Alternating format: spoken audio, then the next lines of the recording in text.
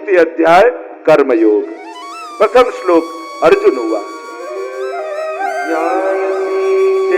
कर्मणस्ते मता बुद्धिर्जनार्दन तत्किं कर्मणि घोरे मां नियोजयसि केशव।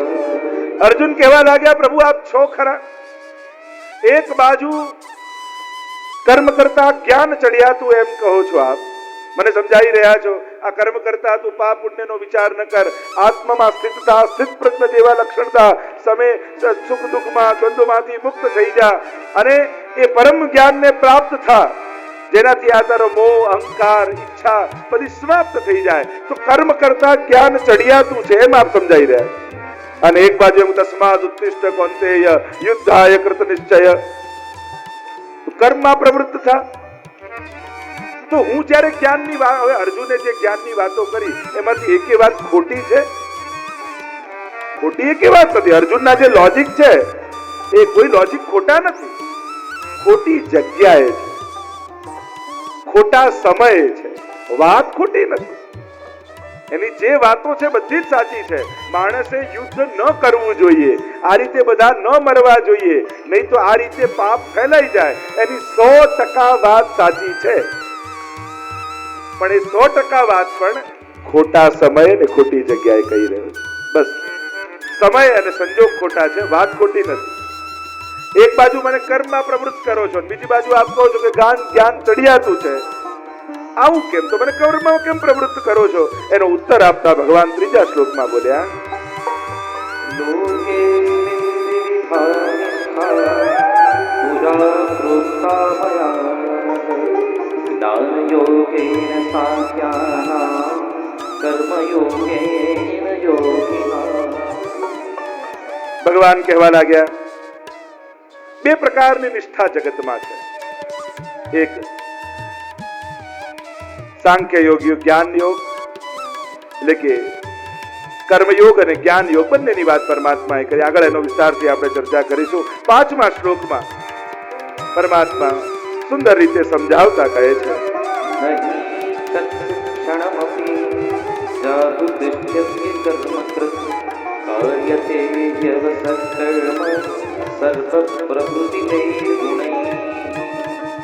નહીં કશ્ચિત ક્ષણમપી જાતુ તિષ્ઠત્ય કર્મકૃત। ક્ષણવાર પણ મનુષ્ય કર્મ વગર રહી શકતો નથી, એને કંઈક તો કરવાનું છે જ। જો તું સારું નહીં કરે તો ખરાબ થવાનું છે, એક નિશ્ચિત વાત છે। સારું નહીં વિચારો તો ખોટો વિચાર આવશે, સારું નહીં કરો તો ખોટું થવાનું છે। ક્ષણવાર મનુષ્ય કર્મ વગર રહી શકતો નથી। પ્રકૃતિને પરવશ થઈને પણ તમે એમ થાય કે મારે કઈ નથી કરવું, પણ તમારી જે ભીતર પ્રકૃતિ છે એને વશ થઈ તમે કર્મમાં જોડાવાના છો જ। માણસ પ્રકૃતિને વશ છે। તમે એમ કહો મને ગળ્યું જ ભાવે, કોઈ એમ પૂછે કેમ ગળ્યું જ ભાવે, શા માટે? તમે શું કારણ આપો? આપણને તો કામ કરવું જ ગમે, આપણને ફ્રી રહેવું ના ગમે। કેમ કામ કરવું જ ગમે તમને? તમને લાલ રંગ જ કેમ ગમે? કે ના મારો ફેવરેટ રંગ આપો, શા માટે? તમે શું કારણ આપો? પ્રકૃતિ જે વસ્તુની હોય અને પ્રકૃતિને કારણે જ મનુષ્ય આ જુદા જુદી પસંદગીઓ પેદા થાય છે, જુદા જુદા કર્મોમાં પ્રવૃત્ત છે। કોઈ વસ્તુ કોઈને ગમતી હોય ને એ જ વસ્તુ કોઈને ના ગમતી હોય। આપણે એમ કહીએ આ વસ્તુ સારી, એ તારા માટે સારી, ઘણાને ન ગમતું હોય, ઘણાને કરેલા ભાવતા હોય, ઘણા જણાય ન ભાવતું હોય, ઘણાને ગળ્યું ભાવતું હોય, ઘણા ના જરાય ન ભાવતું હોય। પ્રકૃતિને વશ થઈ માણસ કર્મમાં પ્રવૃત્ત થશે જ, નિશ્ચિત વાત છે। કોઈ એમ કે જો બધું ભગવાનની ઈચ્છાથી થવાનું હોય ને, મારે આ કાલથી કાંઈ નથી કરવું, તારા હાથમાં છે જ નહીં કાંઈ નહીં કરવું, કારણ કે તારી પ્રકૃતિમાં દોડવું લખ્યું છે, રજોગુણ પ્રધાન છે, તો તું કંઈ કર્યા વગર રહી શકે એવું છે જ નહીં, તારે કામ કરવું જ પડશે, તને તારી પ્રકૃતિ દોડાવશે। બહુ નેચરલ છે। એટલે કોઈ એમ માનતો કે અહીંયા જે ભાગ્યમાં લખ્યું છે એ જ મળવાનું છે, કરનારા ભગવાન જ છે, કાલથી બધું બંધ, તો એ તમારા હાથમાં છે જ નહીં કે બંધ કરી દે, કારણ કે એ તમારી પ્રકૃતિ નથી। પ્રકૃતિને વશ છો તમે, પરવશ છો। એટલે વ્યક્તિએ સૌથી પહેલા કર્મ સુધારતા પહેલા યા કર્મ બદલતા કરતા ન કરતા પહેલા પોતાની પ્રકૃતિને સમજી લેવી. ગુરુજનો પાસે પણ જઈએ ને એટલે ગુરુજનો પોતાની આપણી પ્રકૃતિને જોઈને આપણને સેવા આપે. તો સેવામાં તમે પ્રકૃતિ ક્યાં છે? આપણી ભક્તિમાં આવી જાય છે આપણી પ્રકૃતિ. કોઈ કે અમને તો બસ આવું વ્યવસ્થાનું સોંપો ને તો અમને ગમે, કોઈ કે અમને તો સેવા કરવાનું સોંપો ને તો અમને ફાવે, આવું પબ્લિકમાં અમને ના ફાવે. કોઈ કે મને બોલવાનું કહો તો હું બોલી લઉં, પણ આવું બધું સામગ્રી કરવી ભોગ કરવી મને ના ફાવે. તમે હવેલીમાં, મંદિરમાં, સત્કર્મમાં, તમારા ઘરે પણ, તમારા ઘરે જો હવે તું કે તું બજારથી તને બધું લાવી આપીશ પણ મને બેસીને આવું સેવા કરવાનું ના કહીશ. આવા ડાયલોગ તો ઘરે ઘરે કેટલા લોકો બહેનોએ સાંભળ્યા છે. આવું શિંગાર ધરવું, ભોગ ધરવું એ બધું ના ભાવે આપણને. તું કે તો 4 ધક્કા બહાર ખાઈ આવ, એની પ્રકૃતિ છે.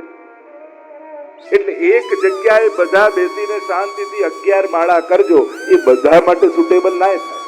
કારણ કે એના માટે એક જગ્યાએ બેસવું એટલે તો મોટું તપ થઈ જાય, એ બેસી જ ના શકે.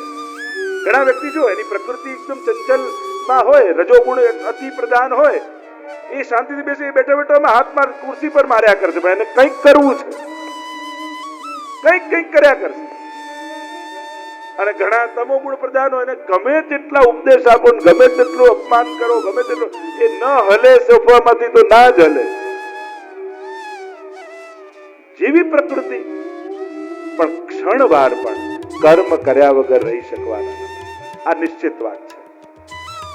હવે વિચાર કરો, પ્રકૃતિ માણસને દોડાવે છે કે માણસ પ્રકૃતિને પસંદ કરી? તમારી દરેક પસંદગી તમારી પ્રકૃતિને આધીન હોય છે. તમને આ ગમે, આ ભાવે, આ કરવું છે, તમને કહ્યું તમારી જે પ્રકૃતિ, એટલે ગીતાજી આપણને સમજાવે છે કે પ્રકૃતિમાં પ્રગતિ કર. પહેલા જે કાંઈ જ ન કરતો હોય એ તમોગુણ પ્રધાન. પછી લોકોએ કહ્યું હવે કંઈક કર, કામ ધંધો કર, ઘર ચલાવ, તારા માટે કંઈક કમાવ. એટલે જો આપણે સુખી થવું છે એટલે આપણા માટે કંઈક કરીએ. એટલે પોતાના સ્વાર્થ અને સુખ માટે માણસ દોડતો થાય, કામ કરતો થાય, એટલે તમોગુણમાંથી રજોગુણમાં આવે અને ખૂબ કમાતો થયો, મારે સુખી થવું છે એવી ઈચ્છા થઈ. પછી એમ થયું કે પોતાના માટે તો બહુ કર્યું, કોઈ ગુરુ પાસે ગયા, કહ્યું કે સમાજના કલ્યાણનું કંઈ કામ કરે. એટલે એમ થયું કે પોતાના માટે બહુ કમાય, હવે જે કમાઈશ ને એ સત્કાર્યમાં વાપરીશ. અને આવા વિચારથી પ્રવૃત્ત થયો એટલે રજોગુણમાંથી તમે સત્વગુણમાં આવ્યા કે હવે જે કમાઓ છો એનો એક ભાગ કાઢીને સમાજના કલ્યાણમાં અને લોકોના સુખ માટે વાપરો છો, એટલે સત્વગુણ પ્રધાન થયા. પછી કોઈ સદગુરુનો મેળાપ થયો અને એને ઠાકોરજીને સેવા પધરાવી દીધી અને કહ્યું તું ક્યાં કરનારો છે? કરનારા અને કરાવનારા, આપનારા તો ઠાકોરજી છે. હવે તો એ રાજી થાય એના માટે લોકોની મદદ થાય. તારા ખુશી માટે નહીં, તારા આનંદ માટે નહીં, તારો ઠાકોરજી રાજી થાય એવા. તો પ્રભુ પ્રીત્યર્થ એટલે હવે નિર્ગુણતા તરફ આવી. હવે જે કાંઈ પણ સારું પણ કરું છું ને એ મારા માટે નહીં, સામેવાળા માટે નહીં, મારો ઠાકોરજી રાજી થાય એના માટે. અને પ્રભુ પ્રીત્યર્થ જ્યારે થવા લાગ્યો ત્યારે નિર્ગુણતા તરફ ગતિ. એ રીતે પ્રકૃતિની ધીરે ધીરે પ્રગતિ થવી જોઈએ. અને જ્યારે પ્રકૃતિનો નિગ્રહ કરી જ્યારે તમે પ્રવૃત્ત થશો તો ધીરે ધીરે નિર્ગુણતા તરફ જશો અને ત્યારે આ નિષ્કામ અને નિર્ગુણી ભક્તિમાં તમારી આસક્તિ થશે. આમ પ્રકારની અનેકવિધ ચર્ચાઓ આપણે ત્યાં કરવામાં આવે છે. આગળ 6થા શ્લોકમાં પરમાત્મા સમજાવતા કહે